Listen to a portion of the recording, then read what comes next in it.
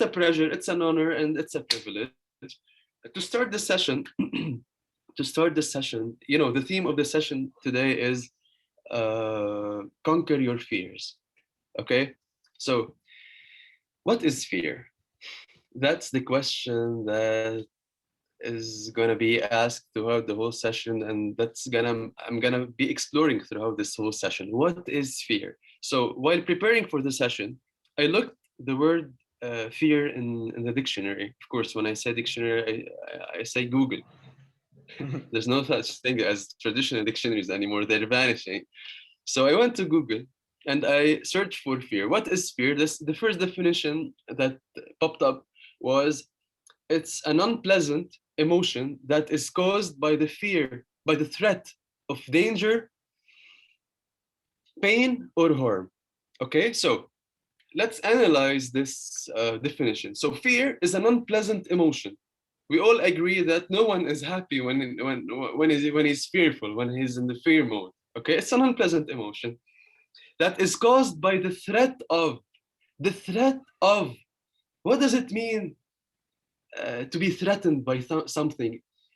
It means in a way that this threat is an illusion.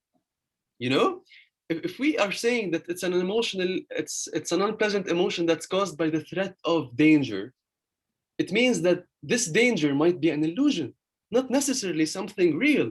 So sometimes we create fear for ourselves. Sometimes there is no such thing as danger, but we create the danger for ourselves. It's our mind that's tricking us. So the threat of danger, threat of pain or harm. When we talk about pain and harm, there's not just the physical pain, okay? There's the fear of the emotional pain, the psychological pain, the moral pain, if you can call it this way, because when we do things that go against our values and moralities and principles, we feel it, hurting inside. So there's the psychological pain, the emotional pain that's caused also by someone we love, maybe, or anything. And when we talk about danger, we're not just talking about danger on ourselves. There is also the fear of danger on the people we love. There's also the fear of danger on our country, for example. For example, in Lebanon today, unfortunately, there is this fear of a civil war. I don't know, because we've been through a civil war and we know that it's something terrible, and it might. So there is this fear for our country. There is this fear for example, of nature. Les Castro said also fear is caused by lack of knowledge and understanding of the subject. True. So there are many fears that could haunt us.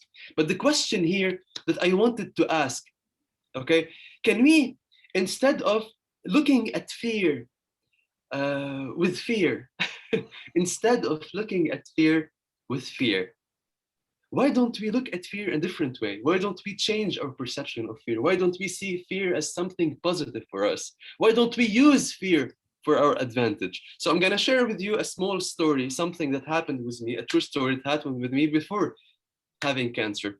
I was 14 years old. I was walking down the street in a place in Beirut, but far away from my home. And suddenly 3 men approached me.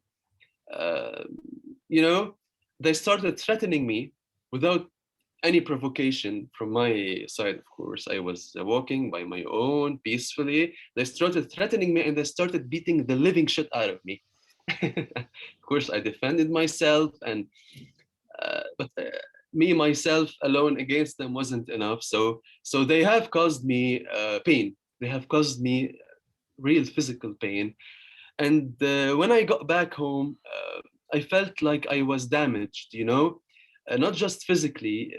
At some point, you stop caring about the physical damage. It's the psychological harm that they have caused to me. So it developed to me what we call PTSD, post-traumatic stress disorder. And for 2 to 3 months, I couldn't walk in the street. I was afraid, that sort of fear. I couldn't look into people's eyes. It was a trauma, and this feeling stayed with me for a couple of months until the second I decided. And listen carefully what I'm saying here.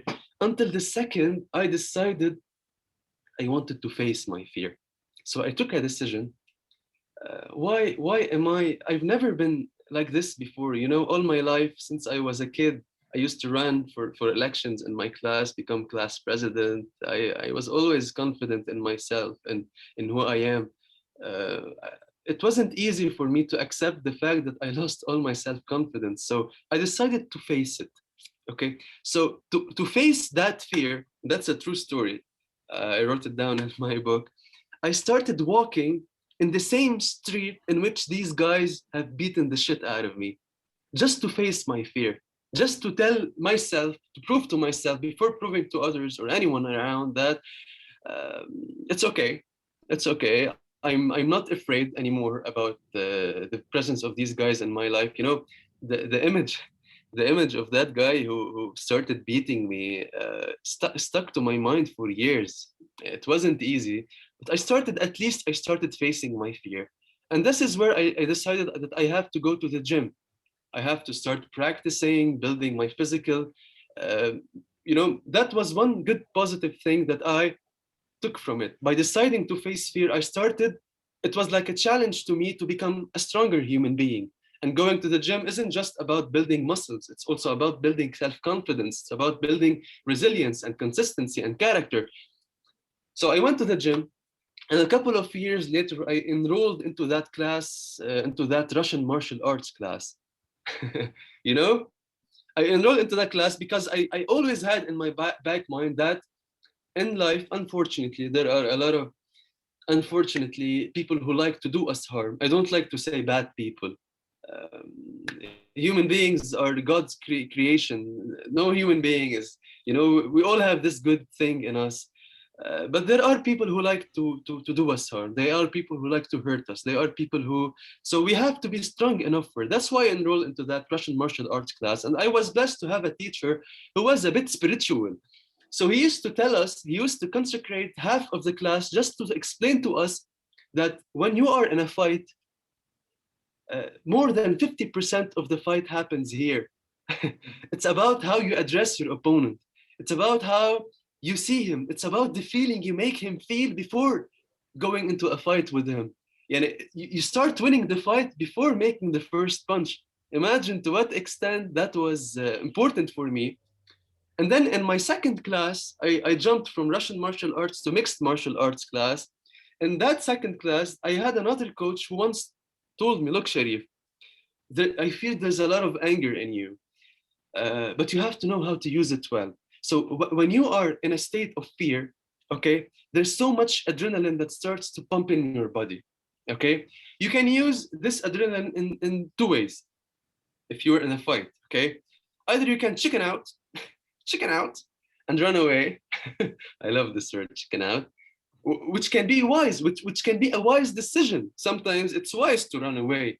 If you're standing alone against three guys who are muscle, yeah, it's wise to run away. But use that adrenaline to give you more speed to run away. Either you can use that adrenaline in your body to make your punch more powerful, because when we are in this state, uh, the punch we give, you know, is much stronger than when we are in a normal stage, passive. It's a human, you know. The adrenaline rush in our body gives us a lot of power. So he taught me at this time, at this second, that you in places of fear, you can use that fear, or at least the emotion that fear causes you, to become stronger. Okay? Talking about all of that and having all this in mind, and before going into my story, please keep what I told you, these small keys in your mind. Let's see what some of the greatest people who ever lived on Earth, what did they say about fear, or how did they approach fear? I'm gonna start with Mother Teresa quickly. So you know Mother Teresa of Calcutta. Yeah. She's a spiritual woman. She's an amazing. I love her so much. She has this beautiful quotations in which she says, "We can do no great things, only small things with great love." So the story says, I was reading her biography in a book called 50 Spiritual Classics. This book is written down by Tom Butler Bowdoin. He's an Australian, by the way. I don't know if you've heard of him. He has a series of books about spirituality, about success, about. So he sums up the best books that were ever written in these domains in his books. So he said about Mother Teresa at some point that she was in the 20th century. She was the biggest entrepreneur of God or for God. How did Mother Teresa become like that? In 1945, she was so poor. She was in India, and they say that Jesus appeared on her and asked her to just help the poor. How was Mother Teresa able to create in the 20th century the biggest organization to help the poor in the whole entire world? She was very poor. How? What was the key factor? What was the key element that gave her so much power and so much motivation? It was the fact, while reading the book and while analyzing the character of Mother Teresa, I realized that Mother Teresa was simply fearless. She was fearless. She didn't fear poverty because she was already poor, so she didn't have anything to lose, you know. And she had so much belief in God. She didn't fear the fact that one day she might find herself without food or without money or without clothes or without. She had all her belief in God, which gave her all the self-confidence she needed, and she was fearless. The woman was fearless. That's why she created that amazing organization, which has branches in most countries, developed countries and poor countries in the world. So that's a major key with Mother Teresa. Uh, in the movie Alexander the Great, I've been watching it on Netflix a couple of months ago. It's called Alexander. Alexander the Great managed to conquer the world because all his life he was fighting his fear. There are these quotations that I took from the movies. One of them, it says, "Fear of death is the reason behind all failures in life. Conquer your fear, and I promise you, you will conquer death." These are the words of Alexander. And at the end of the movie, there's this character who was talking about Alexander. He says, all his life, he fought to free himself from fear. And this alone made him free. The freest man I've ever known. Easy. It's an easy algorithm if you want. Napoleon Bonaparte. Okay, he's someone also who conquered Europe, and he was, if he managed to conquer Russia, I think he would have conquered the world, like the Roman Empire, like Alexander the Great. So he has this nice also quotation. It says, "There are two levers for moving man: interest and fear." Okay, so if you're sitting at home and you feel people tell you that the enemy is coming and he's gonna kill you, you can use your fear either, like I said before, to chicken out, either to build your self-defenses and start fighting the enemy. So for Bonaparte, which is very reasonable, fear makes us move, okay, and interest makes us move. So if Sherwell comes to me today and tells me, "Look, Sharif, come to Australia and give you a lot of money in return to all the work that you have done in your life," that's interest. He played on my interest. He played on my greed, my interest for money. So interest and fear makes us move in this life. And I want to just stress on fear and how important it is to use it to our advantage. Muhammad Ali Clay, he's also one of the biggest and most important fighters in the world. He says we can't be brave without fear. He associated being brave and courageous with fear. So from fear, Muhammad Ali became courageous. That's interesting, Sissy. These are important stuff that we should uh, be aware about. In the movie Patch Adams, uh, that was the main character, and it was Robin Williams. Mm-hmm. Sadly, he passed away. He is an actor. He's a human being who really inspired me. Robin Williams. He has this deep heart, this beautifulness in his heart. So he says in the movie, "See what no one else sees. See what everyone else chooses not to see out of fear and conformity and laziness. See the whole world and you each single day. So see what everyone else chooses not to see. So everyone else They don't want to see because they are fearful of things. Or because they are lazy. They are just too lazy to see, or because they are fearful of things in life. Uh, and to conclude, we still have to. So, Tony Robbins, Anthony Robbins, he was one of the greatest motivational speakers that ever lived, and he's a strategic interventionist. Also, he says that the problem is that people want to change, but they're paralyzed by the fear that they don't know exactly how to turn their dreams into reality. Imagine they are paralyzed by fear. Fear can paralyze us. Fear can make us cowards in life. Fear can make us not achieve anything in life. So the result is no decision. They don't take any decision at all. They die without taking any decision. It's not important to know how you will create a result. What's important is to decide. It's to decide. You will find a way, no matter what. And to conclude, I love this motivational speaker. His name is Les Brown. He's amazing. If you ever feel down, please open YouTube and write down the name Les Brown and listen to what this guy has to say. He's amazing. He's been they treated him when he was kid as someone who was mentally retarded, you know? And then when he grew up, he discovered that he wasn't mentally retarded. So they made him live something that was not true. He suffered a lot in his life. He was adopted. He has his story. So he says 80% of people allow the fear of failure to outweigh their desire to succeed. The fear of failure. Imagine to what extent fear can destroy us. And imagine at the same time to what extent fear can be an advantage to us if we use it this way. Okay? So having all this in mind and having said all of that, uh, I want you to see, now I'm going to tell my story. I want you to see how I use this mindset against fear to fight cancer. So 5 years and a half ago, in August 2015, I had just graduated from university. I had my bachelor degree in law, and I was happy. I was very happy. I was living the best days of my life. So in August 2015, 20th of August, it was my 21st birthday. You know, 21 is special. It's like being 18 years old, 21 years old. These are special numbers in our lives, you know. So I wanted to celebrate my birthday in a beautiful way. So I went to the mountain in Harisa. We have a beautiful mountain facing the sea in our Juni Bay, and right next to Beirut, in the north of Lebanon, right next to Beirut, near the north. And it's a mountain that's full of beautiful trees, full of green, and it's facing the sea. So I climbed on that mountain. Not climbed. I went to that mountain on that cliff.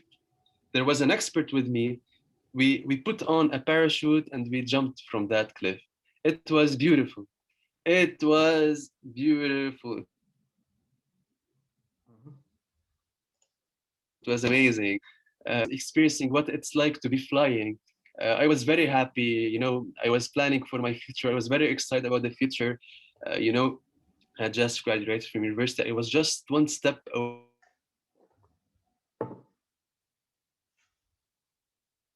away from achieving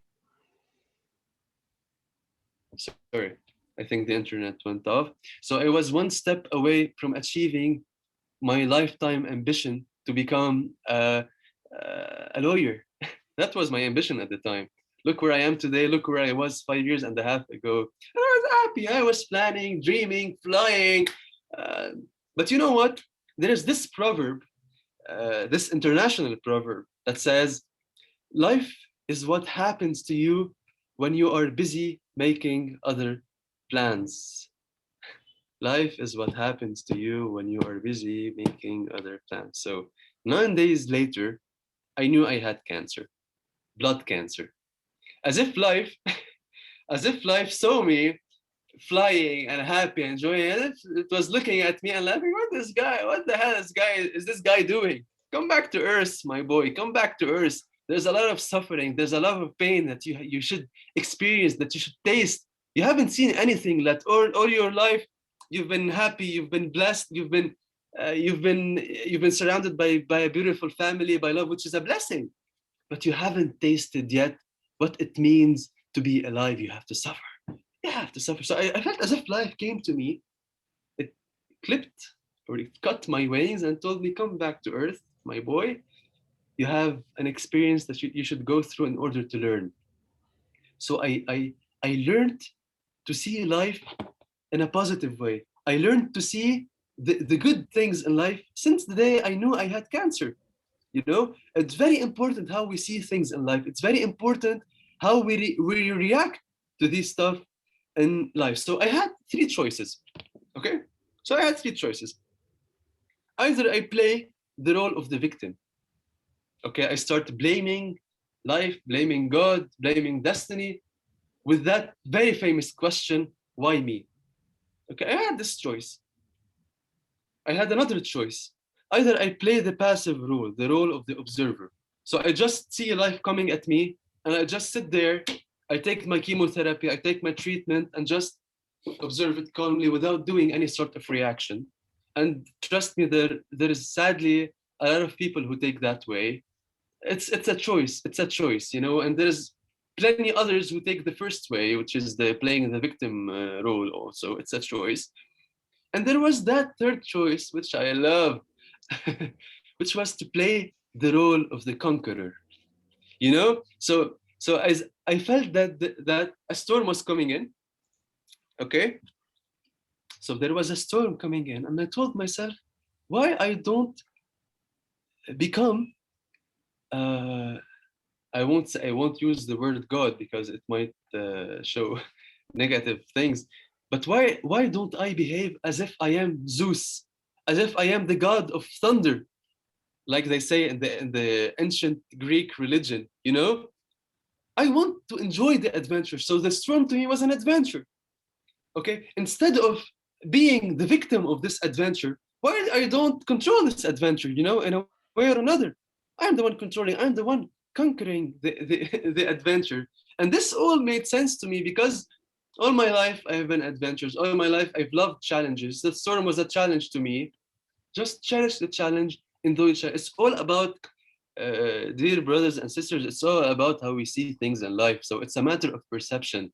When we adopt a certain perception, when we are convinced about that perception, it becomes true to us. Perception is reality. Whether you like it or not, perception is reality. So, have you ever heard about the 5 stages of grief? Yep. 5 stages of grief. Okay, so it starts when someone goes through a traumatic event, like the one I've been through before, when I was 14 years old. So he starts with denial, and then anger, and then bargaining, and then depression, and then acceptance. The second we accept our grief, the reason behind our grief, the source of our grief is the second in which we get through it, is the second in which we become stronger than this grief. Okay, so in my case, what was the first stage? It was denial, right? In my case, I didn't go through any sort of denials because I was already prepared since I was a kid that life is difficult, life is tough, and you have to expect anything in life. And I was prepared physically also through the gym, through the Russian martial arts classes, through the mindset that was built to me thanks to my coach and thanks to many other things in life, that life is difficult. So I didn't go through any sort of denial because I was ready for that. So that's something you should be ready for because you never know when life is gonna get ugly. I hope not, but it's a natural course of things, you know. So I didn't go through denial. I didn't go through anger, not at all. It was quite the opposite. I was happy. I was happy because I saw cancer as a challenge. And for me, for the cocky guy I am, for me to crush cancer is something I would be very proud of, you know. So to me, anger wasn't there at all. The third stage of grief was so denial, anger, bargaining. So when we say bargaining, as if we're speaking to that grief and trying to figure out what we can take from it. Also, I didn't go through a bargaining level because to me, I already knew that before having cancer, that any difficulties in life, I totally believe in that quote that says, I've heard it for the first time in the series Game of Thrones. They say all terrible things happen for a reason.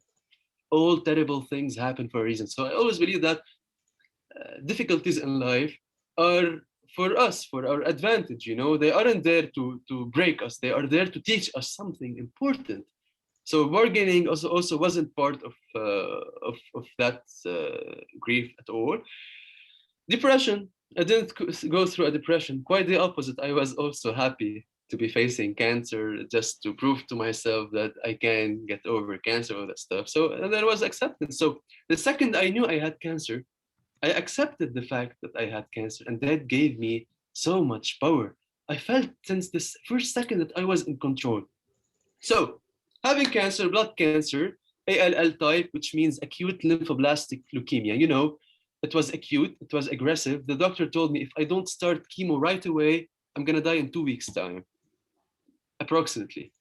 So we started chemo right away. And you know, chemo, the problem with chemotherapy is that it has a lot of side effects. So I'm gonna show you this also, Tom. It's a Manchester United. Wow. So imagine this was my body, okay? And that's the cancer in the body. So instead of chemo hitting just the cancer and treating the cancer, the problem with it's that it's not a targeted therapy. It hits the whole body. Okay, it's chemo, it's chemicals entering our body, and you know they have a lot of side effects, and it can start with minor side effects. It depends on the person, it depends on the genes of the person, it depends on how the body is constructed. It's God's creation at the end of the day. So it depends how the chemicals in our body would react with the chemicals that we are taking in, you know. So some people they experience minor symptoms like dizziness, like of loss of appetite, some joint pain, muscle pain, in a minor way. Some other people experience complications on a higher level, more pain, more, you know. And some other people who are less fortunate experience these complications on the highest level, which means when we say complications on the highest level, I mean complications that could kill us, you know. So I was fortunate enough that all the complications that I have experienced were on the highest level. So I have suffered from a stroke, I have suffered from inner bleedings. At some point, I have lost the ability to see. That's why when I had an inner bleeding in my head after the stroke, I spent 3 weeks without having the ability to see. Everything was blurry, you know. That's why I appreciate today. Every single day I wake up and I tell God, thank you to have given me the ability to see, to hear, to these are blessings. These are blessings, ladies and gentlemen. We have to appreciate them. It's beautiful, you know. So what was I saying? I tend to open a lot of parentheses. So, so one of the side effects, one of the most common side effects of chemotherapy is that it causes hair loss. So 95% of patients who have cancer lose their hair because of. So I knew at this second, once I started my chemotherapy sessions, I knew at this second that if I'm gonna wake up every single day seeing my hair falling down because of cancer and because of the chemotherapy, I'm gonna be psychologically damaged. So in order to be one step ahead of cancer all the time, that was psychological, you know. In order for me to control cancer, I have to be one step ahead of cancer. So 3 days after knowing that I had cancer, I went down to of course home. I got in my toilet. Okay, I closed the door. And I wanted to show you some pictures, but let me explain to you the feeling before showing you the pictures. I held in my hand the electric shaver, okay? Imagine this as an electric shaver. Okay, and I turned it on. I looked in the mirror and I had this smile on my face. And I turned it on and I was doing zzz, you know, I can still I can still remember the feeling as if it was yesterday. Really, some memories are so vivid. If you remember them, it's as if you lived them yesterday, as if you lived them quite recently, although it's been 5 years and a half. So the machine was just producing this sound. Zzz. And I was looking at the mirror, I was laughing, I was smiling. Look how courageous I am. So once I approached the machine to my head, once it was so close to my hair, it was doing zzz, I felt that my hand started trembling. It was doing like this. Zzz. For a second, I didn't understand what was going on. So I had to move it away from me. And the machine was still going on. Zzz. I moved it closer again to my head. And this is where my hand started trembling again, okay, fast. And this is where I saw that there were tears in my eyes. And for a second, I didn't really understand what was going on with me. I was courageous. I was brave. I entered the toilet with this spirit, with this self-confidence. Why am I? Why am I sad now? Why is my hand trembling? Why are there tears in my eyes? And for a second, I felt myself weak. I felt that I was weak, really, really, really weak. And you know what was that? Do you know what was that caused me to feel that I am weak? What was it? I'm asking you the question. What emotion caused that weakness to appear? An actual question or a rhetorical question? It's a question. It's a question. What's the emotion that triggered this weakness in me? Only you know the answer to that, Charif, because you lived your own life. I didn't live your life. I've been. It's one word. It's Vulnerability? single word. Sorry, Sinai. Vulnerability? No, it's an emotion. I've been talking about it since the beginning of the session. The emotion of fear. Exactly. That was fear. That was fear kicking in. At this exact second, when I had that machine so close to my skull in order for me to cut all my hair, that was fear kicking in and telling me, what are you doing? What are you doing? You can't face cancer. You're weak. You're a human being after all. You don't have all these abilities. So that was fear kicking in and trying to limit me. At some points, it was trying to limit me. So I looked down at, I think it was for the first time after knowing that I had cancer 3 days later, I look at cancer differently. You know, 12 days earlier, I was flying, I was dreaming, I was happy, I was enjoying life. And now, look where I am today. I'm facing cancer, I'm facing death, I'm facing. For a split second, I realized how tough life is. Life can turn upside down in a split second. You could be Tomislav, Sherbil, Manuel, Les, Lourdes, Thea, Sinai, Roshan, Ian, Yasmin. You can be having the best days of your life and while driving your car, hit someone and kill him. That would turn your life upside down, and that's life. That's life. Everything can turn upside down in a split second. That's life. We should expect that at any second. But the idea is not what happens to us. The idea is how we react to it. So while looking at this, and I was blessed that I had an earlier experience when I was kid. I was beaten by that guy. I would thank that guy when I see him. If I ever see him again in my life, I would thank him because he taught me some good lessons in my life, because he taught me how to face fear with a strong will and with courage. At this second, I looked at the machine and I told myself, I told the machine, you know what? I'm in control. It's not you in control, nor cancer in control. And when I looked at cancer this way, uh, I made cancer feel, it's psychological, you know. I made cancer feel that cancer was the victim, not me. To me, cancer was the victim.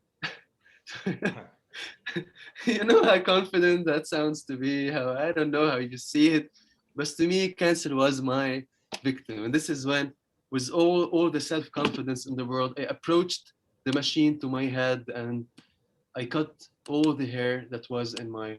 So to make this session a bit alive and more fascinating, I would like to show you the pictures at the time. So it was actually a video that I was taking. I took some screenshots from the video. So that was me. Mhm. Can you all see the picture, Thomas? Yep. Tommy, Yep. Tommy, okay. Yep. So that was me 5 years and a half ago. My hair was a bit more hard, like the quality of my hair changed after my cancer. So that was before starting. Here I was smiling, I was laughing, I was full of energy, I was full of motivation. And this is when fear kicked in. I had tears in my eyes. I don't think we can really see it in the picture. You can. Okay, so this is when fear kicked in. And this is exactly when I took the decision to cut my hair. Khalas, with all the will, all the confidence, cut your hair, man. It's nothing. It will grow back again. What are you so afraid of? You know? So, and this is when exactly I decided to change a bit my how I look like, my look and everything. So I went to a store next to my house and I started buying some scarves and some stuff that would make me feel ready for the battle. So I knew I was going to a battle, okay, and I wanted to win the battle. So in order to win the battle, you have to get all the equipments necessary. So so I went to the store next to my home. I'm gonna show you the picture. Uh, I dressed like a gangster, if you'd like a weird gangster. Oh my god. I wanted to look. I wanted to feel that I was strong in a way, you know. So that was me. Here we go. Okay, that was the crazy guy in me, just facing cancer in his own way. And why not? Why not? Can you see the picture?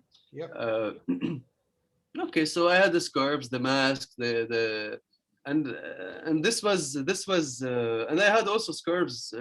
We call them bandanas Mm. rolled in my hand, not in this picture. So I used to walk in the street. In order to take my chemotherapy, I had to go, of course, to the hospital. Instead of going by car and getting stuck in traffic for 40 minutes, I used to go walking. You know, uh, in order to save some time and in order also to feel myself strong. Even if I have cancer, even if I have chemo, I can still walk. I didn't want cancer to limit me. Okay, it's psychological. I will keep saying it. It's psychological. While walking down the street with that look, I realized that people were looking at me in a very weird way. At the time, the masks weren't as common as today. Today, if you walk down the street without a mask, everyone will look at you in a weird way. Why aren't you wearing a mask? It's COVID, Corona is everywhere. But at the time, 5 years ago, especially in my country, Lebanon, there is a lot of ignorance with cancer. Seeing someone who is wearing a mask is like seeing someone who has sorry to say it, is like seeing someone who has a contagious disease like AIDS and who is gonna contage others. So people don't really think further than their nose. So it wasn't quite ordinary to see someone like that, especially someone who has all these scarves around him and really looked like someone who was gonna rob a bank or do something bad. I don't know. So there was this woman walking towards me and she was holding her daughter's hand. Okay, while walking to me, I felt that she looked at me with a bit of fear, and she pushed her daughter away from me, and she just changed the road on which she was walking because she feared. Imagine that this woman feared that I might hurt her daughter Mm. in a way. And you know what? This incident, I think this incident made me realize something very important in life. And this is where I learned the first lesson for me with my cancer, that everything in life is about perceptions. It's about how we see things, about how we perceive things, and it is in our hand to control how other people perceive us. In other terms, if I walk down that street, okay, not having this hat, not having, and if I walked down the street like sad and depressed, how would people have looked at me? How would they have looked at me? Maybe with pity, right? With pity. Or they would have criticized, or they would have been passive, indifferent about me. Okay? But walking down the street, that same guy who had cancer, walking down the street with all that self-confidence, with that form, with that look, made some people look at me with fear. Made some people look at me with fear. So it was in my hands how to inspire people. It was in my hands how to control the perception that people had. People had, I mean, although some people saw me as a weird, I don't know, but it was in my, I decided. So when a cancer patient comes to me today, and every now and then a cancer patient comes and tell me, look, Sharif, I hate how people look at me with pity. I tell him, excuse me, man. I don't blame people to look at you with pity. I blame you. Because if they are looking at you this way, it's because you inspired that feeling. What are you waiting for? Why are you sitting on that bed, sad and depressed all the time? Go on, go, stand up to life. Show people how amazing you are. Show the amazing human being that resides in you. Show them your power. Show them how loving, how beautiful you are. If you show them that true person who you are, whether you are autistic, sorry, whether you are autistic, whether you have cancer, whether you have depression, whether you have, if you show people how amazing you are, they will never look at you again with pity. They will look at you with respect, with admiration. And you know, and a quote, there's a quote to Sun Tzu that comes to my mind. Sun Tzu wrote down a book that's called The Art of War. He wrote it down 2,400 years ago, before, of course, before Christ. That book is used today. They use it, the big companies, they use it to teach their employees about strategic ways in marketing, strategic ways in competition, you know. So in this book, there's this quotation that says, appear weak when you are strong and strong when you are weak. It's a war strategy, you know. Appear weak when you are strong and strong when you are weak. So I was weak. Okay, I was a weak human being. I had cancer. The cancer was all over my body and my blood. I was weak. But how did I appear to people? I appeared as a strong guy. If I made that woman fear me, if I made that guy who was driving the taxi, the taxi driver fear me, that means I am strong at some points. And how did that affect my morale? Trust me, I used to arrive to hospital after that 15 minutes walk, feeling that I can demolish cancer. That was the self-confidence that accompanied me throughout that small walk to the hospital, you know. And doctors in the hospital, I have developed some amazing friendships with them because they admired the way I fought cancer, because they, of all people, know, and that is proven scientifically, ladies and gentlemen, that 1/3 of the treatment is psychological. Okay? So 1/3 of the treatment, no matter what is the hardship, no matter what is the disease that we are having and we are going through, 1/3 of the treatment is in the mind. It's psychological. And I believe, and you will get to understand later on in the session why, I believe that more than 50% of the treatment is the mind. Of course, we need the chemotherapy. I'm not that sort of crazy people who believe that we can heal from cancer without treatment, without actual treatment. But I totally believe that most of the treatment is here. It's here and it's here. So I've been through phases where like I told you, my body was weak for against chemo. My mental state was good, it was strong, it was solid, but my body was weak against cancer. So I suffered from a lot of side effects. My immunity was always low, and I had to go through. So I had to spend a lot of time in hospital. Sometimes I would go there for a week. Sometimes I go there for 2 weeks. Sometimes for 3 weeks, and sometimes for more. Constantly, you know, sleep there, live there. So since day one, since the day I went to that hospital, I adopted this mindset. Okay, it's a mindset, it's a way to perceive things, it's a way of being, it's a way of living. Why? Why should the hospital be a prison to me? Why I don't see the hospital as a home, as a second home for me? Just like the way I used to see my school, I always saw my school as a home for me, especially when I grew up and I became nostalgic about school, about childhood. Why wouldn't I see hospital the same way? So this is the mindset I adopted. So I told myself the hospital is my hospital. The chamber of the hospital is the chamber of my home. Okay, and the bed of the hospital is my bed. Is the bed is exactly like the bed of my home. So I went to that chamber in the hospital the first day, and I took with me all the beautiful stuff that with which I decorate my home. So I'm gonna show you the pictures now so that you enjoy a bit that journey with me. I want you to enjoy it. not just listen to it, because it was quite a fantastic journey. Because I lived it happily, you know, I lived cancer happily. So that was me in hospital playing some video games. I think she left. She's not with us anymore. The woman, she was talking about accent video games, right, Tom? Mm. Yeah. So video games were a cure for me. So I used to decorate my room in the way I wanted, play video games all the time.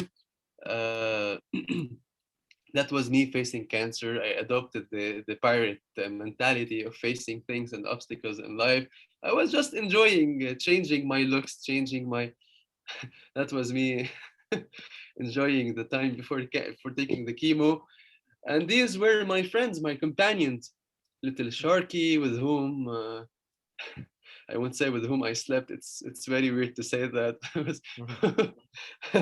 Who sleeps next to me usually, used to. I don't do it anymore. I grew up a bit. That was that was my my also my happy companion. My dog still with me. It's in here, and the I don't know what we call it, the Dudi Sherbel, the little teddy bear. So they were decorating my. I was decorating my room the way I like. You know, why not? And this made me feel that I belonged to the hospital. This made me feel really like the hospital became my home. These are the chemo medications. So usually chemo, it's a transparent chemical thing. It can be transparent. It can be red. Some medications are red, but most of them are transparent. You know, and these are all the bandanas, the scarves that I used to. I really looked like a gangster, especially with that underwear of mine. A weird gangster. This is me also enjoying the chemo sessions in hospital. Uh, always had the headphones on, some music on, Mm. and instead of sitting in hospital, you know, at some points I had some weaknesses also in my respiratory system. Uh, you know, it's chemo is really tough. It's a really tough medication. But instead of sitting there just taking in the oxygen from that machine, I used to hold it and walk with it in the hallways. And this was my face. You can see here, if you observe well my face, you would see that I was starting to lose here my Mm. eyebrows and eyelashes. So this was the food that mom used to prepare for me when I was at home. And this was exactly the food that they used to give me at hospital. Look at the difference between the hospital food and the food at home. Yeah. It's quite something, and you would understand now why I stayed 2 weeks in hospital without eating anything. I couldn't eat. I just didn't want to eat. I couldn't stand. I don't know. This is me when I totally lost everything, my beard, my hair, eyebrushes, my eyebrows. It's okay. I always knew that it was gonna come back again at some point, you know. But there is one thing I haven't lost at all, and I insisted on keeping, was the smile. I always wanted to smile. I always told myself that no matter how painful the journey is, keep on smiling. And that was my style. I had my own style, you know, in hospital. These monsters, these monster shoes, I don't know what we call them in English. I brought them from Disneyland, Slippers. slippers, just a couple of months before having cancer. And I keep wearing them. I love these slippers. So that was it. I went to that hospital with that spirit. Enjoy the ride, Sharif. Enjoy the ride. You know. And with time, I realized that cancer patients, you know, in the hospital, I got my treatment at, it was the American University of Beirut Medical Center. On the same floor in which I was receiving my treatment, there were 35 other cancer patients. You know, me coming into that hospital with these positive vibes, I realized with time that cancer patients started getting into my room. They wanted to talk to me. Because it is a scientific fact that positivity is contagious. Positivity, it makes people around us more comfortable. It makes them happier. It makes them. Uh, so cancer patients started to get into my room, talk to me. nurses and doctors too. They used to go into my room, not just to change the medication. Sometimes they were just here to tell me stuff about them, about their private life, about their, they wanted to change a bit, to have a discussion about something, you know? And they trusted me with that, me, their patient. They trusted me with their private matters. Like there was this woman, married woman who had kids. She used to talk to me. She used to tell me every now and then where she took her children, how did they spend their weekend, you know? There was this other nurse. He was a young nurse. He was 20 years old, you know? He was growing and becoming mature, and he was still in his teenage phase. So he used to talk to me about his new girlfriend, how he met her, and of course ask me for advice, because I'm the god of advices when it comes to romance, right?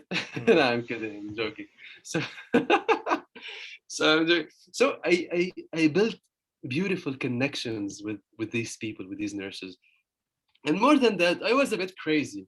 I admit it, I was a bit crazy. So I woke up one day. It has been 20 days that I was in hospital, and I wanted to make a change. You know, I was started feeling bored. Although I had music on all the time, my friends used to come and go. We used to watch a lot of movies, series like Friends, things to make us laugh. We used to play games also together, board games, video games. But that wasn't enough for me. I wanted to do more. I wanted to enjoy the experience even more. I wanted to feel like the hospital isn't just a home. It's like a it's like a circus. So there was that day in which I woke up. I sat on the bed. You know, the bed of the hospital. That's one quite fantastic thing about the hospitals, that the beds are electric.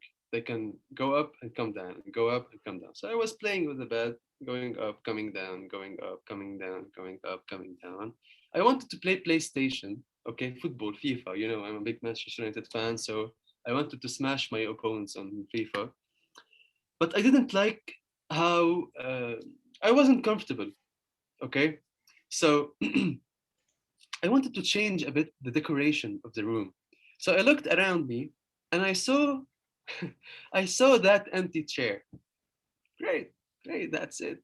So I went down, I held this empty chair, I put it on the bed, I got, I got on the bed, I sat on the chair on the bed, and I started playing PlayStation. It was beautiful. I was at this moment, while playing PlayStation, while enjoying that beautiful moment, I was without any doubt the happiest patient, okay, on in the hospital. Look at this beautiful picture of mine at the time. So me playing PlayStation in quite in my way in the hospital. Okay, so every now and then, every time I scored a goal, you know, I had the door open. You can see it to my right. So the door was open, and nurses and doctors were coming and going. You know, and they were looking at me in a very weird way. You know, what is this crazy guy doing? But no one had the authority to come in and tell me. They had the authority, but I don't know why no one came. They were so much shocked, Tom, and they didn't have the courage to come and tell me, please get down from. And I'm not a calm player, you know. When I play football, I keep yelling. So if I score a goal, let's say, yeah, I start clapping to myself. And if I miss a goal, I start screaming. And what the hell have you done? Yeah, I should have scored that goal, you know. So my voice was so loud in a hallway full of cancer patients, families of cancer patients, doctors and nurses. But no one told me anything. So I was happy. I was enjoying the ride until the nurse manager came. So that nurse manager, he's quite a fantastic human being. I haven't had the chance to meet him yet at the time. His name is Haider. So Haider, usually he does a daily round to make sure that the patients are safe and sound. Okay? It's his job, it's his duty to make sure that the nurses are working correctly and that the patients are safe and sound.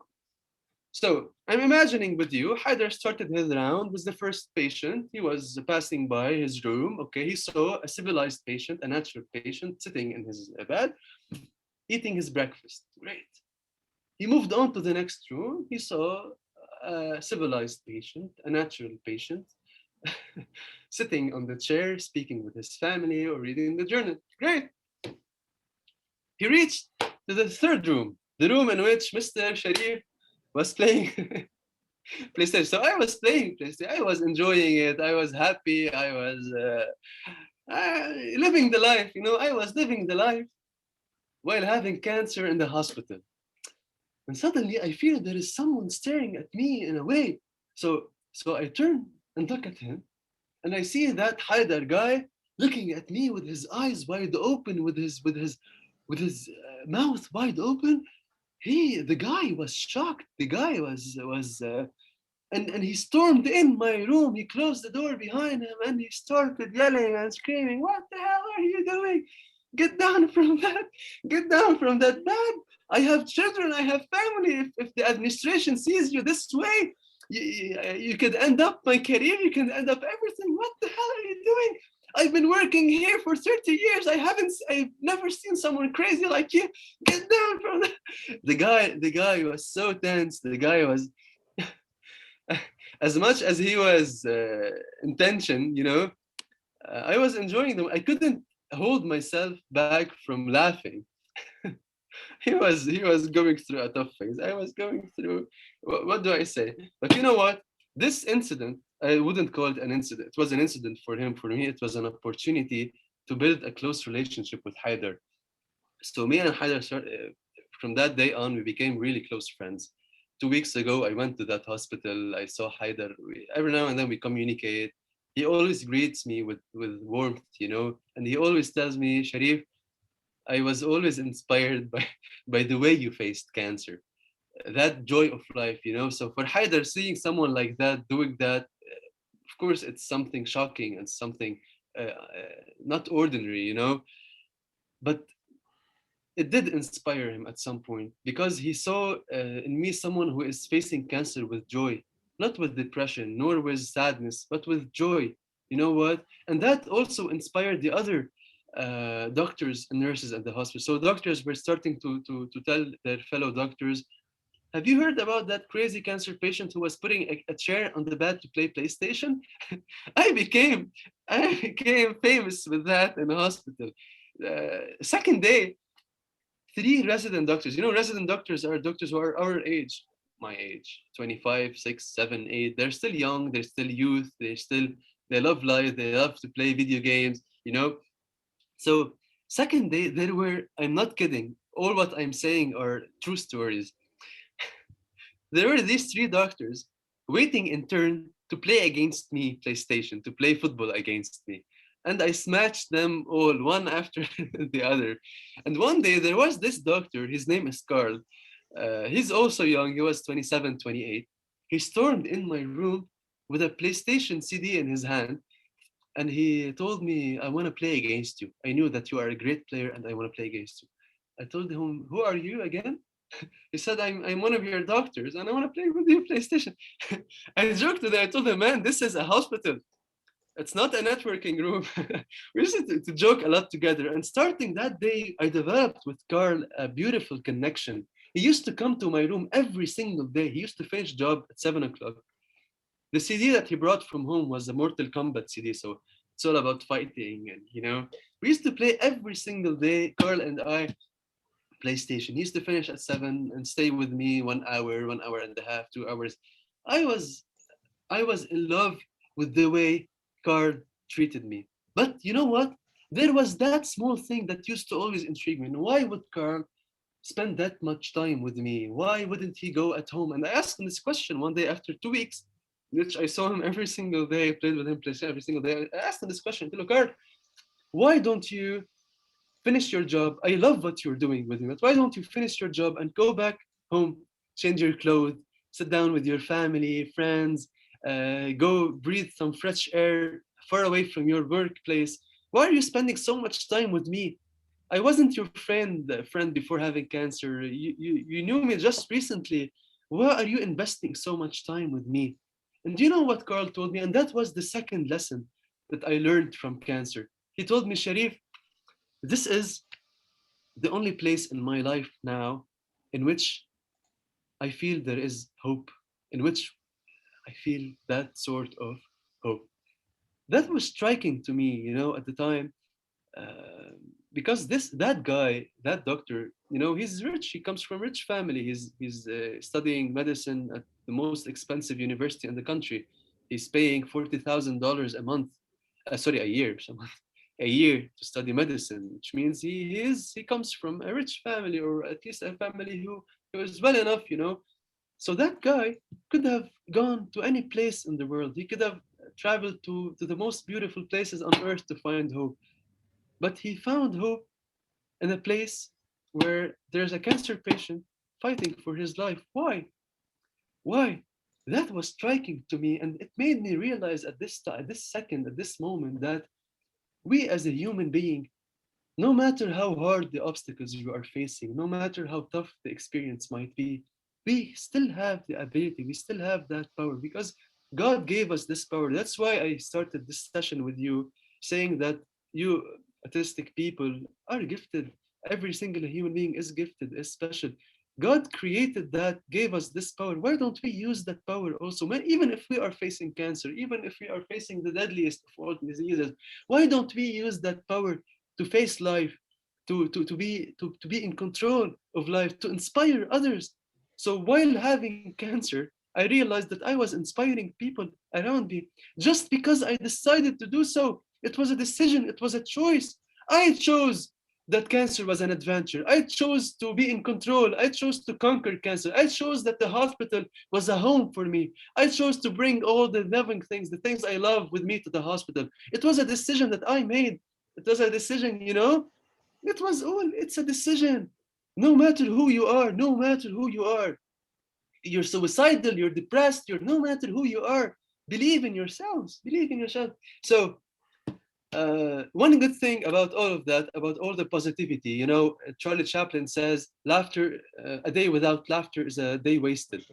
So laughing every single day, and that's proven scientifically, okay? That's proven scientifically, made cancer vanish quickly from my body, okay? So in a matter of we started chemo in September, October, in mid-November, uh, I think the levels of cancer were like 5 to 10%. I think it was 70% or 78% at the start of chemo. It lowered to 5 to 10. And in the beginning of December, it was 0%. It vanished away. And I totally believe that my positivity helped me. But in my case, I won't say unfortunately, I would say fortunately, because the more you suffer in life, the more you will learn lessons. In my case, I needed something more in order to finish from cancer. So a couple of months later, in February, in the start of February, I had to do a bone marrow transplant in order to finish from cancer. What's bone marrow transplant? Simply, when we have cancer, our bone marrow, which is here, which is around the pelvis, which is the knees, this is the bone marrow transplant. That's what produces blood in the body. So if we have blood cancer, then it means that we have cancer in the bone marrow. Okay? So if we want to heal from cancer, we have to destroy the bone marrow. How do we do that? They put us in an isolation room for at least 3 weeks to 1 month. They destroy the bone marrow with very aggressive treatment, which is chemotherapy, but chemo in a very high dose, in a very aggressive way. Okay, so we keep taking chemo for a week, 5 days to 1 week. It depends the protocol of the person. And then after 1 week, they inject us, they give us the stem cells that have taken from a donor. So in order to do the bone marrow transplant, it's like we are planting a new bone marrow in the body. To plant a new bone marrow, we need the stem cells from someone who is compatible with us in the DNA. It might be the father, the mother, the brother. Best case scenario is the compatibility equals 100%.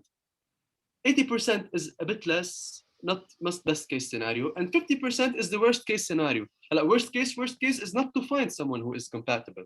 Okay, but uh, above all, or among all compatibilities, 50% is the worst. Okay, so they inject the stem cells in us in the IV, and these stem cells alone, they have, cells have memory. We have studied that in school, so they know that the bone marrow cell transplant, which was destroyed, is here and on the pelvis and the knees.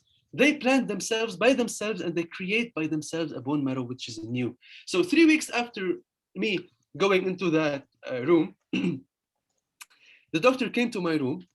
He told me, Sharif, I have some fantastic news. You have healed from cancer. You have a new bone marrow transplant, and you can pursue your life now quite the way you want. In 3 days' time, you will be out of hospital.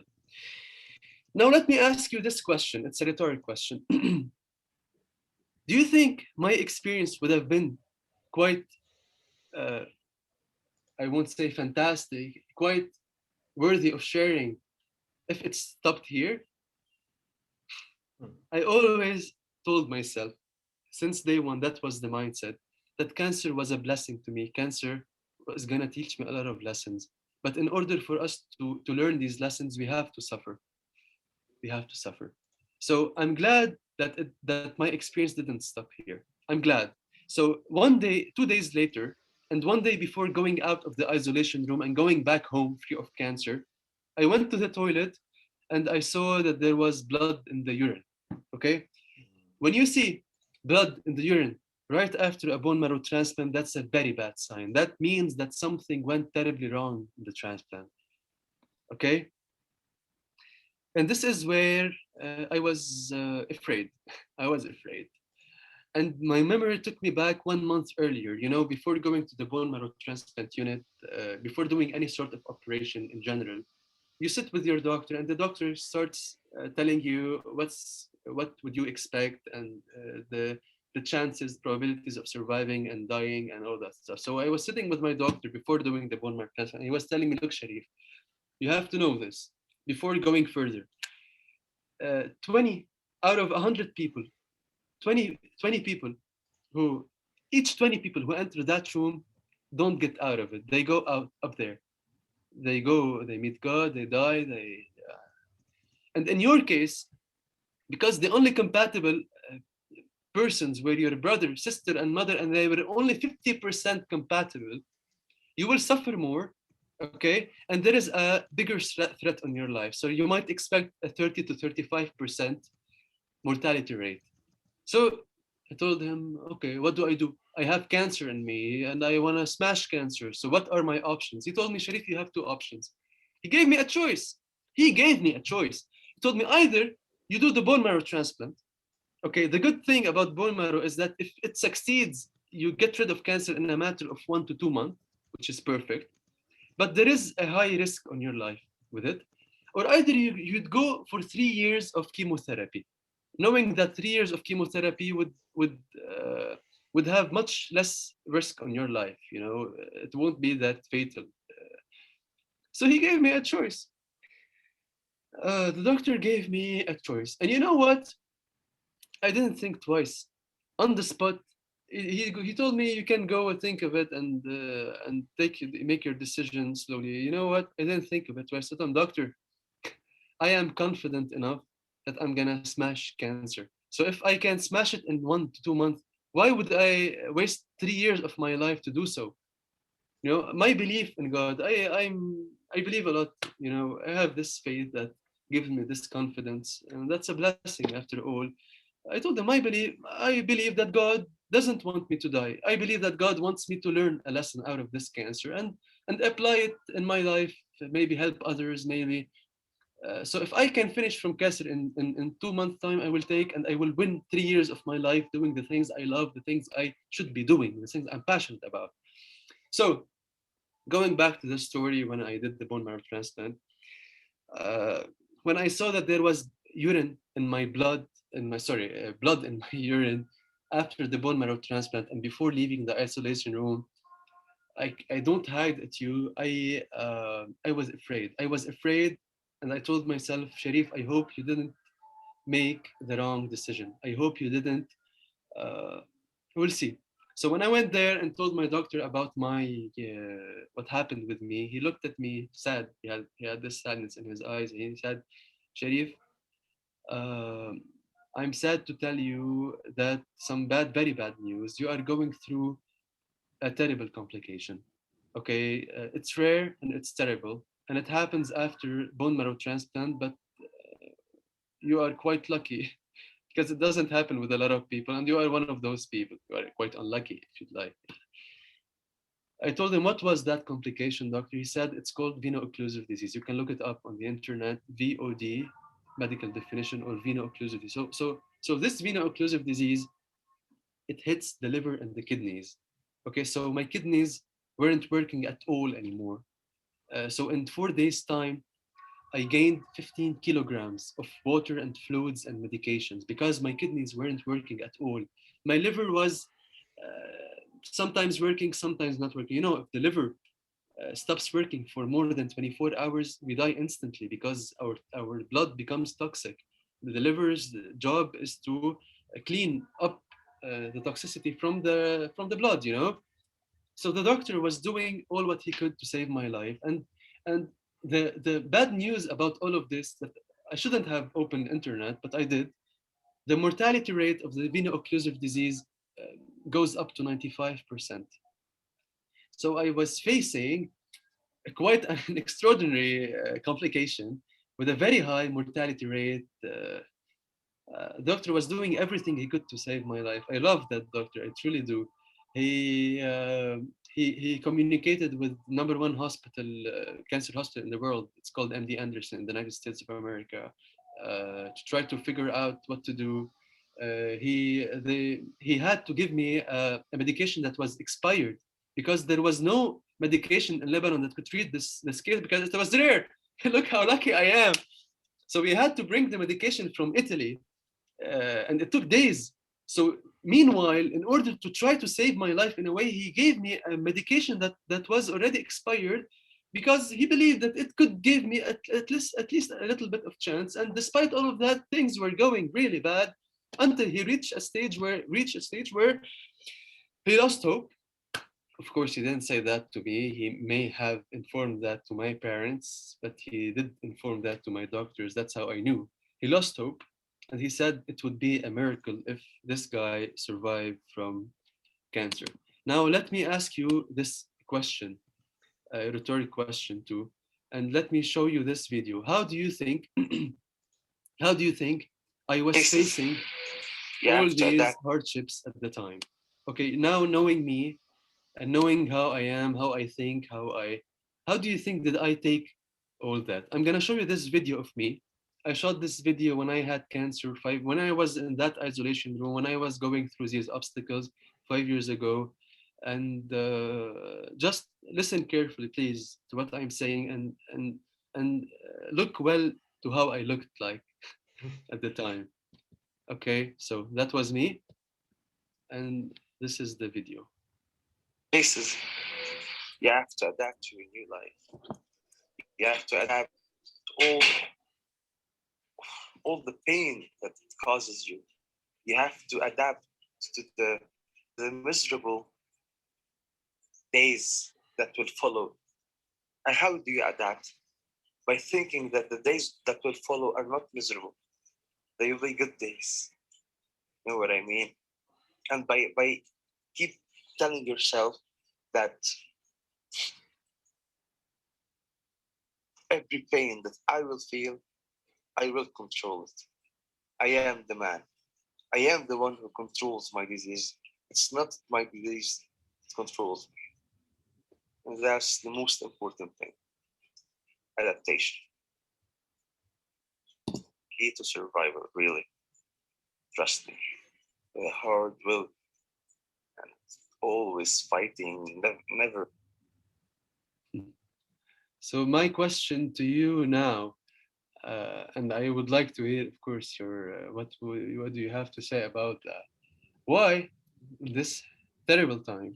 Okay, in this terrible phase, you've seen I had tubes, oxygen tubes. I had a tube that was feeding me because I have spent a couple of weeks without eating anything. I had a tube in my stomach because my body was full of fluids, so they wanted to remove fluids. So I had a Foley also inserted in my penis.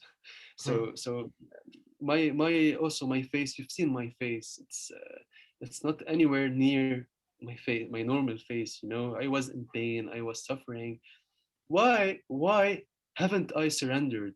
Why? I'm a faithful guy. You know, I love God. I uh, I I wouldn't say I don't care about dying. Of course, I care about dying, but I wouldn't mind going up there in my faith and meeting him, you know. So why haven't I given up on life? Why have I kept on fighting and fighting and fighting and fighting, fighting?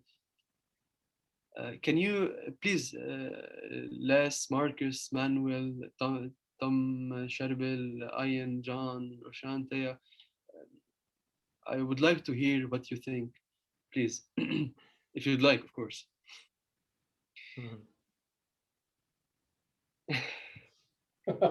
Well, I can give you my interpretation. And before I say it, please understand that I'm saying this with great affection for you, because you're a stubborn bastard.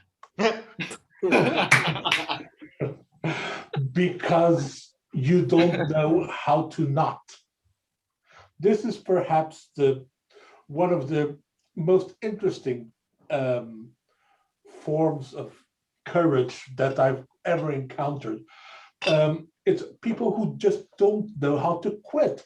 They don't have the instruction set in their head to do it. It's like, dude, flap your wings and fly to Mars. No, that's not going to happen. Then likewise, some people are just not wired to quit. So you are completely quit bankrupt. I'm sorry. Most people go through their lives with the ability to quit. You apparently can't. Good on you, mate. Excellent. Yeah, but Manuel, just thank you so much for this input of yours, valuable input of yours. But my question was more specifically, what gave me the power not to quit? Of course, in your opinion, what gave me that power not to quit? And I posited only half jokingly that you do not have the required capacity to quit. Okay. But beyond that, look, there's only one thing on your mind. Relating back to my experiences and trying, I have no experience to match yours. There is nothing that I've gone through that is similar to what you have. But in a way, it's that little perverse pride of, oh, really? And now this? Radio, I'll take you on too. Because, yeah. Because after all of this crap, what? Something else? Well, right. Shit's been trying for the past however many years, and it's going to be you. No. But I am not a man of faith. I am not, I don't have the joy in life that you have. I probably do have a very unusual sense of humor that allows me to face.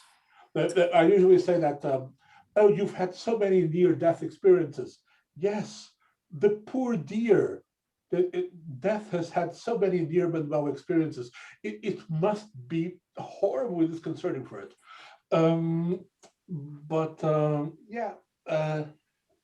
Frankly, not knowing, I could only enjoy the fact that you just kept going. Thank you so much. Les, you wanted to say something, I think. Yeah, I was just saying, I guess you only had one thing in your mind. I think all the time that you've spoken, there's only been one thing on your mind since you found out you had cancer. And that is, I'm going to beat it. So there's nothing else that was important in your life at the time. It was only that thing. Everything you did, everything you changed, everything you became, everything you wanted people to understand was that you were going to beat it. And there was no other thought Alternative. or plan to do anything else. You were determined that that was going to be it, and there was no second choice, right? So, and that's what I got out from all of your talks tonight. And thank you for sharing. I think it empowers others. Your experience will empower others if it hasn't already. That look, we have the opportunity to live the lifetime. For some people, it could be days. Your children die, right? For others, they live to becoming centurions. And I think all of us live, well, most of us would live because we choose to, and you've chosen to, right? So I'll let somebody else share their thought about, what they thought about, what you said tonight. Thank you. I haven't finished though. Yeah, I am gonna provide the answer myself, but I would like to hear your input. Thank you, Les, for this valuable input of yours and beautiful. Does anyone else want to share? We're interested in expediency. Let's hear your answer. Okay, so yeah, because maybe we're running out of time. So, so I've asked this question to myself. I understand the confusion. Maybe you're a bit confused at some points. I myself was confused. And where did this power come from? There's this quote to Bob Marley. He says, Bob Marley, he's amazing. Yeah. He has beautiful messages. He's a guy who went through a huge, beautiful spiritual awakening. He knows what's life about. So he says, you don't know how strong you are until being strong is the only choice you have. So maybe I didn't have any other choice. My only choice was to be strong and to kick the living shit out of cancer, So I kept wondering for months and maybe years, what truly gave me that power against cancer? And at some point, after I think more than a year I healed from cancer, I was inspired and the answer hit me. There's something I didn't tell you about.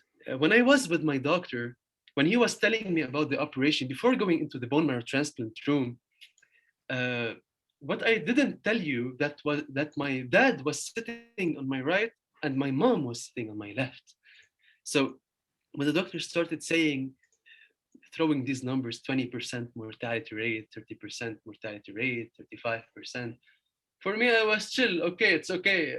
I still have 65%. It's enough for me to overcome cancer, That was the way I reacted to it. But do you think my mom and dad reacted to it the same way? Oh my God. If you tell your parents that you're going to climb a mountain and there's 1% chance that you might die, they would freak out. What if you tell them there's 35% chance that you would? How would they? What would they do? So for me, it was okay. Chill. I said goodbye to the doctor. While leaving, I reached the door. I looked back and I saw my dad. He was frozen. He was looking in the eyes of the doctor. Doctor was sitting behind his desk.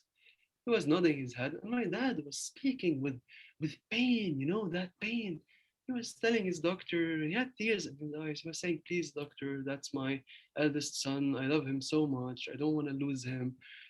I don't want his little brother and little sister to lose him. They love him so much too. He's very dear to us. Please, doctor, do all what you can to save his life. Do all what you can.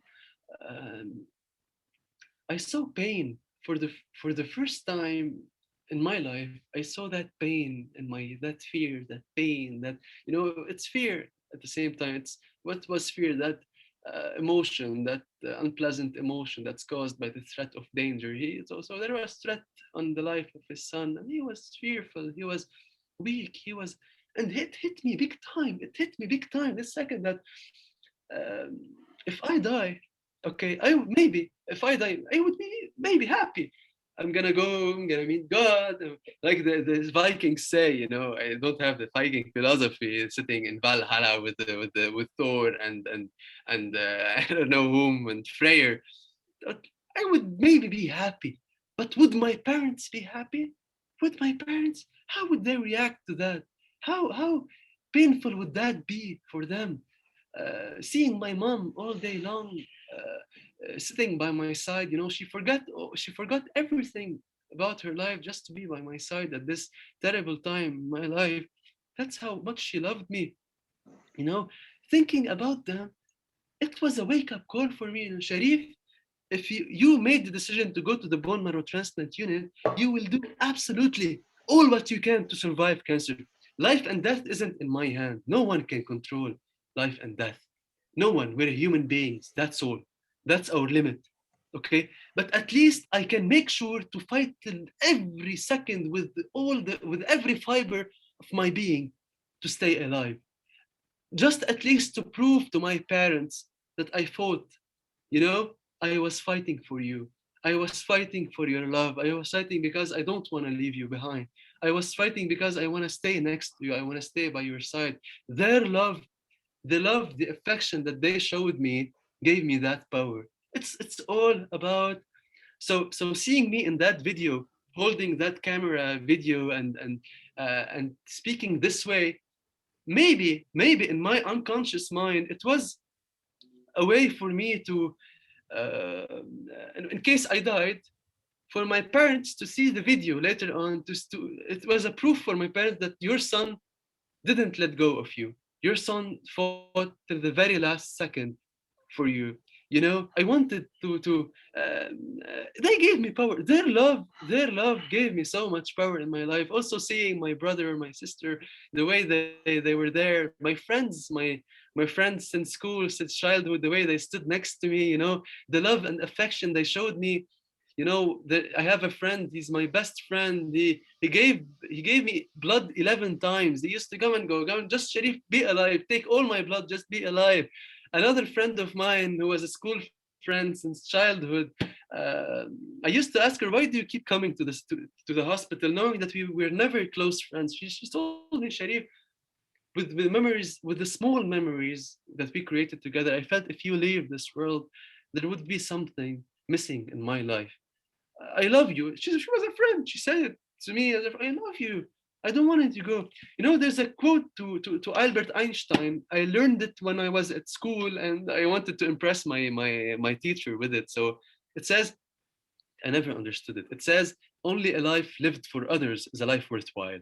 I never understood this quote. Also, although I used it in a lot of my essays to have good grades. And it is until I had cancer and I saw the love my parents had for me, the love my friends had for me, when I saw that my parents are living for me, that I realized what Einstein meant. Only a life lived for others is a life worthwhile. The core of Einstein, by the way, who is a very spiritual guy, the core of his quote was love. Was love. Life is all about love. Life. That's why I'm so I love building connections with good people, with good-hearted people, with kind people all around the world, because it is the love of people around me that saved my life. Whether it's my family's love, whether it's my friend's love, or whether it's the stranger's love. Do you think the nurses and doctors left me for a second? They didn't. They were there all the time. They were there next to me. That doctor, Carl, he used to come every single day. He used to cut his shift to be with me, next to me. There's a doctor she loved me so much. She's amazing. She was a fellow. She was 30 years old.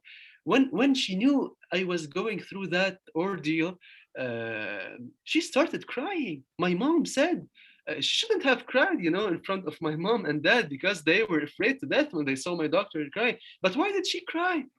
She cried simply because she's a human being at the end of the day, because she couldn't not be affected by all what I was going through. So I'm gonna show you the pictures of the people who were there, who saved my life, who gave me their love, and because and thanks to their love, and I thank them every single day for that. Really, that's a blessing. So these are my nurses in the isolation room. That's Ahmad and that's Hala on the right. That's Ala also. So they used to come from a different floor in the hospital just to pay me a visit, to give me some of their presence, some of their affection, some of their love. These are also nurses who came from a different floor in the hospital. Yusreen and Ali or Ahmad, I forgot his name. They were there all the time. These are my friends at school, Brahim, Razan, Ruba. They were there. That's the headmaster in my school. He taught me for 7 years, So he was there too. He wanted to be there. He wanted to show me because he told me when I healed, he told me, Sharif, I knew you had cancer since day one, and I never visited you because I couldn't see you sick. But when I knew that you were dying, I couldn't not visit you. I wanted to see you. I wanted to see you in case you left life to feel that I saw you before that. You know what? He had this love for me, and that's the woman I love most. And like that's my mom. She was there all the time, showing me her affection, showing me love. That's my doctor, another doctor with whom we used to play PlayStation. You can see the joystick in his hand. That same doctor invited me to his wedding 1 year later. We became very close friends, and the nurse sitting next to him, we went to movies together a couple of times. We went there with his wife. I met his kids too. These are the nurses. You see all these hats. So I used to do some photo shooting with the nurses in the room, give them my hats, and take the pictures together. And these are the same nurses who were by my side all the time until I healed. Here I was paying them a visit after healing from cancer, and they were so happy to see me there alive next to them. This is the doctor who actually cried. She couldn't face my parents when I was going through that. She's a human being at the end of the day. She couldn't hold her feelings back. That love saved my life. And this is my greatest value today. I believe that with love, we can do miracles in life. If we connect with each other throughout the world with love, with that affection, with that purity, it's God's message to us. Love each other and see how your life will become better. If we apply this in our life, we would make differences. So I was supposed to stay 1 month. We're almost over. Okay, sorry if I took some more time. I was supposed to be there for 1 month. I stayed in the isolation room for 2 months, and then 1 month more in the rooms next to it, so 3 months in total. It wasn't easy. I kept fighting and I kept dreaming. I kept dreaming and kept believing that the day would come where I would be achieving my dreams. And the day came. After 92 days, one of my nurses came to my room and told me, Sharif, I have a $1 million affirmation for you. Guess what? Today, you are leaving hospital. And you know what was the first thing that I have done when I left the hospital? I have achieved a dream that I really wanted that really stayed resonated in my mind for a long, long, long time, and that kept me fighting and fighting. Enjoy the dream.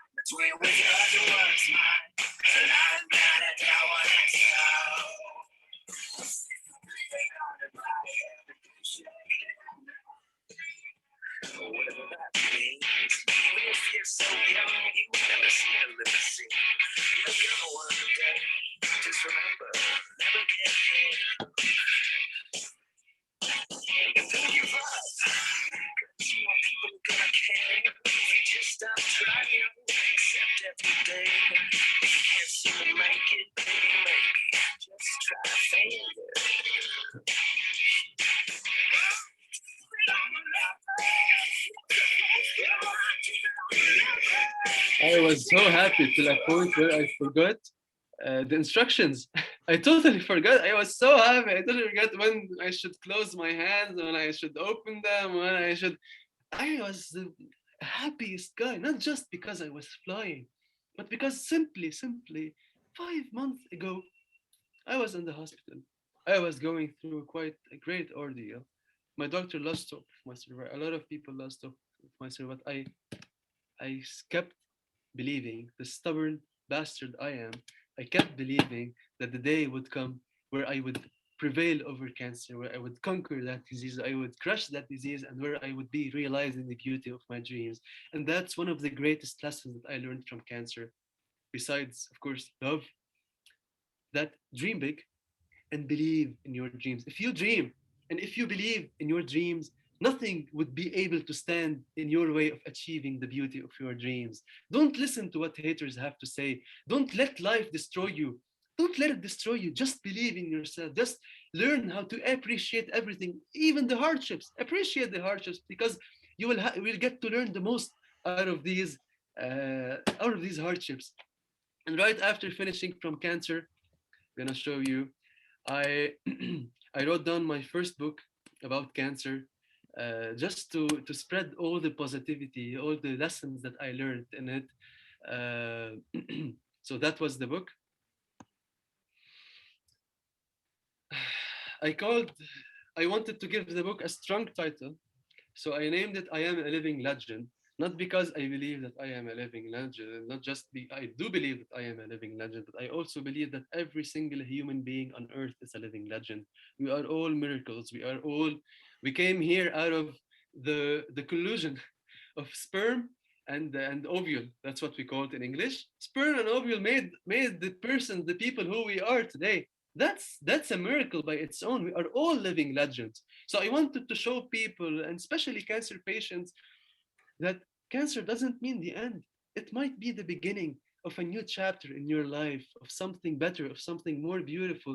That's why I keep telling people every single day, I am blessed to have had cancer. It made me open my eyes on many beautiful things. It made me become more spiritual. It made me realize things, how they are, and it became a bestseller in Lebanon in 2017 and this opened the door for me to meet Sherbil, because we met Sherbil and I in a book signing event that was organized by a company in Lebanon. And Sherbil had his books, I had mine. This is how we met. This is how we became friends. Quite really beautiful things in life happen from beautiful things. If it wasn't for Kaiss, I would have never met Sherbil. I would have never met you, dear friends. It was a door opener for me. And then I founded the NGO Crush Cancer with a Smile. That's the logo of Crush Cancer. It's quite an exotic, I know it's quite an exotic logo, but you can see what is that and where it came from. The second I jumped from the plane, I named cancer with a K because to me, I prevailed over cancer. Okay, to me, I crushed cancer. Okay, so they say that history is written down by the winners, not by the losers. So the fact that I crushed cancer means that I'm the winner. So if I'm the winner, I can write down history the way I want, right? So no one can come, not even cancer can come and tell me, why did you change my name? I can do whatever the hell I want to do. I crushed you. So keep your voice down. If I'm talking to cancer. So for me, changing the name of that disease for me is proving to that disease that I have control over it. It's showing to all cancer patients with whom I'm talking, with whom I'm visiting, that you can have control over cancer if you decide to. You can even change its name. It's pronounced the same way, but with a different spelling, And this is where we started helping patients. So for me, the mission was of Crush Cancer. The mission was the same love that I received that helped me crush the disease and survive. I would use it and I would give it to people who need it the most. We started with kids in hospitals and with adults, with elderly also, giving them moral support, motivation, giving them love, building with them beautiful connection, if not with the kids, with their families, with their parents.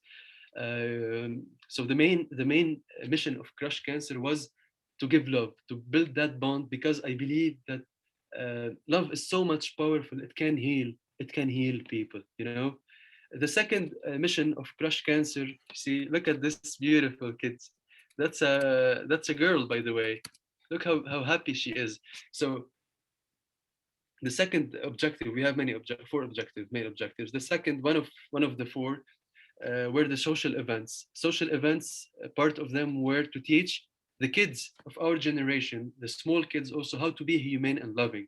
So we took a lot of scout boys with us to the hospital and allowed them, gave them the opportunity to share the love with these beautiful angels who are fighting cancer, you know? And it taught them, that teaches a lot of lessons in life. Look at this small, beautiful angel too. We organized a lot of Christmas visits, Easter visits, and also visits, of course, without waiting for an occasion. Um, the third that was this Christmas in 2020, Christmas 2020. One of the objectives of Crush Cancer also to raise awareness. So part of raising awareness is this Zoom session we're doing together. We have given more than 200 awareness sessions in Lebanon, all over Lebanon, the north, the south, the east, the west, the middle mountain of Lebanon. I've given a lot of awareness sessions on TV. So I've been hosted on the biggest TV stations in Lebanon and one of the biggest in the region, like BBC Arabic, for example. So giving awareness is something very important to us, and especially to the youth, because we believe that if we change the mentality of the youth, if we plant the seeds of love in the hearts of the youth, they would make a great change in society when they grow. These are all small kids, cancer patients we have met, we have had the time to spend time with. Mhm. Mascots bringing, and of course, one of the main targets, of course, of Crush Cancer with a Smile is to help financially patients, help financially.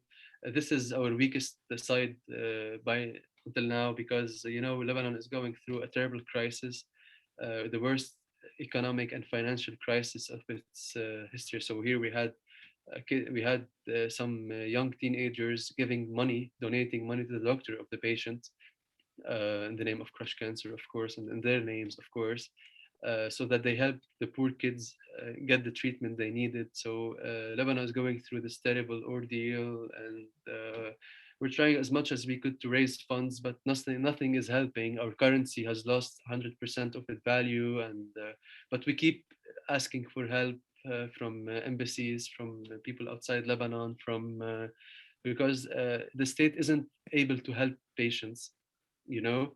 Uh, so if patients can't help themselves and the state can't help them, unfortunately, they would die without getting their absolute right, which is the right to treatment.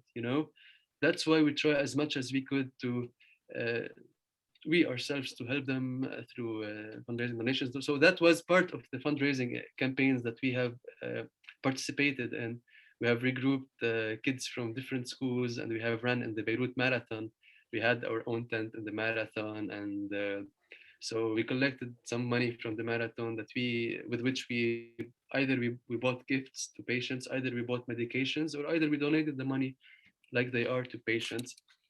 So to conclude the session, share with you, Haik, beautiful news that I am now writing my second book about my journey with cancer, but this time all the lessons that I learned from the cancer patients that I had the privilege to meet throughout the last couple of years. I am very blessed to have met.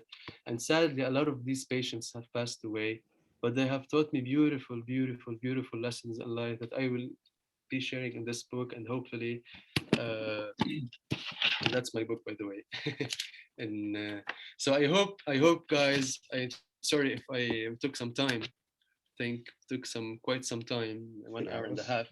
Now I realized, but I hope that you liked the session. I hope that it inspired you in a way. I hope that, and I am happy and blessed to have had the chance and the privilege really to meet you, and all of that. So thank you so much for your time, for your attention, and God bless you all.